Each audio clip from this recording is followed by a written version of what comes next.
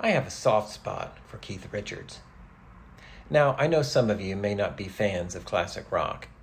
Yes, I'm looking at you, Gen Zers. You can wear the T's, but do you really know your AC/DCs, ZZs, or David Lees? For the uninitiated, Keith, as we Stones fans know him, is one of rock's great guitarists. This guy just oozes licks.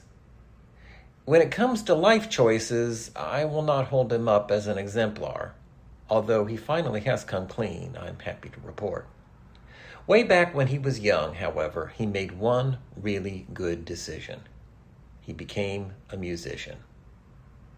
I say that not merely because of all the joy he has brought to the world through his music, but also because of all the joy he has brought himself. I'll never forget reading something he said about making music. He loved it so much, he said, he didn't want to stop to take a pee. Bathroom habits aside, I think Benjamin Franklin felt the same way about printing. As we saw in the last two columns, he entered the trade as an apprentice to his brother when he was still a boy, eventually made a highly successful career of it, and even came back to it when he was working as a diplomat in France. He also embraced this trade as part of his identity. When he was still a young man, he wrote this epitaph for himself. The body of B. Franklin Printer, like the cover of an old book, its contents torn out and stripped of its lettering and gilding, lies here, food for worms. But the work shall not be wholly lost, for it will, as he believed, appear once more in a new and more perfect edition, corrected and amended by the author. He returned to this metaphor, equating a human being with a book, in the opening of his autobiography, and in his will, he again identified himself as a printer. I, Benjamin Franklin of Philadelphia, printer, late minister plenipotentiary from the United States of America to the court of France. Franklin, a master of words, surely recognized the significance of the way he arranged them here, placing printer immediately before late minister plenipotentiary from the United States of America to the court of France. The latter designation would strike some as the more impressive, but Franklin put printer before this title, and indeed before the many other things he could have listed here: scientist, inventor, activist, philanthropist, swimmer. What was so special about being a printer?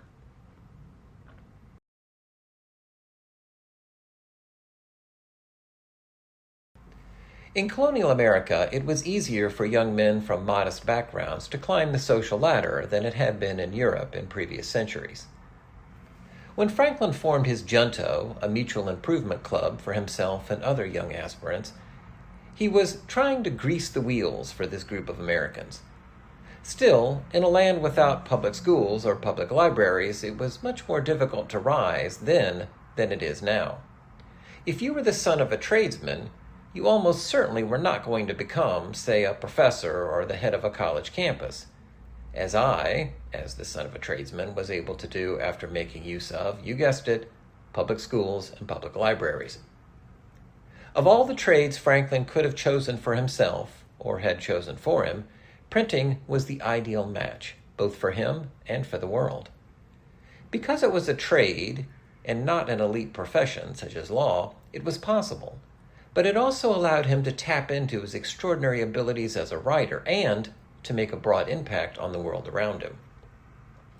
Here's where divine intervention or fate seems to have played a role.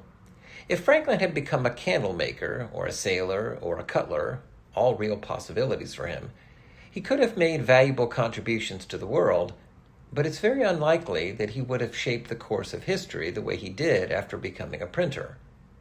Other trades produce things, but printing, because it centers on words, allows the tradesman to contribute and spread ideas, and, through these words and ideas, enter the elite world of colonial movers and shakers. In the early 18th century, when Franklin was coming up, there were no professional writers. The closest you could come, as a tradesman, to making a living with words was to be a printer. Franklin, to be sure, printed many words written by others, particularly through his contract with the local government, but he also had a tool, namely a printing press, that he could use to print his own words. He wrote news articles and essays for the newspaper he issued from this press and printed his Poor Richard's Almanac, where he shared aphorisms that would become some of the most famous quotations in American history. While printing spread Franklin's words, it also helped to make the man. When you make candles, your reputation as an intellectual is not likely to spread far, no matter how good your candles are. When you print words, it's a different story, so to speak. In his autobiography, Franklin recalled the impact that his printing work had on others. Our first papers made a quite different appearance from any before in the province, a better type and better printed, but some spirited remarks of my writing on the dispute then going on between Governor Burnet and the Massachusetts Assembly struck the principal people, occasioned the paper and the manager of it to be much talked of, and in a few weeks brought them all to be our subscribers. Their example was followed by many, and our number went on growing continually. This was one of the first good effects of my having learnt a little to scribble. Another was that the leading men, seeing a newspaper now in the hands of one who could also handle a pen, thought it convenient to oblige and encourage me. With comical humility, Franklin refers to having learnt a little to scribble, but the reality is that he was a good enough writer to turn heads. He would eventually, of course, make his way into the highest levels of society, leaving his mark on American history in countless ways.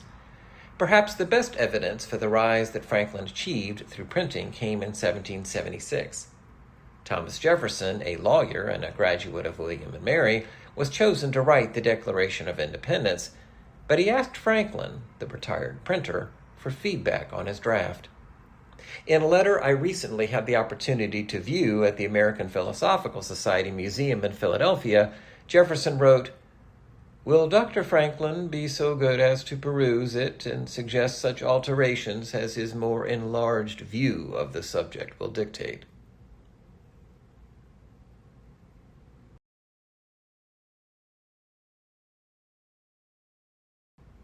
Franklin's example is not a reason for all of us to become printers. Rather, to use a word we often see these days in reference to careers, it teaches the importance of fit. Franklin fit into the printing profession as neatly as those letters he was arranging fit into a printing frame. He was good at the trade, and it was good for him, allowing him to use his skills in ways that would serve the world. Where do you fit?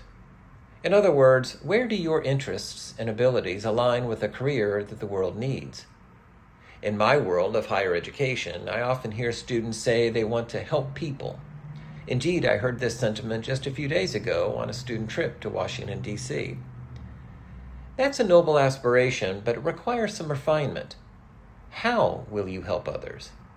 Unless you aspire to be, say, a thief or a hacker, and I hope you set your sights higher, you can contribute to society and your fellow human beings in just about any job, whether you are making products that people need, as Franklin's father and my father did, or informing and teaching people, as Franklin and I have done, or treating illness, as nurses and other healthcare workers do, or making countless other kinds of contributions in countless other trades and professions. The trick is to find the fit, to find the work that fulfills you while it serves the world. And for that level of fitness, I suggest this test. Is this work so joyful and so valuable that nobody wants you to stop and take a pee?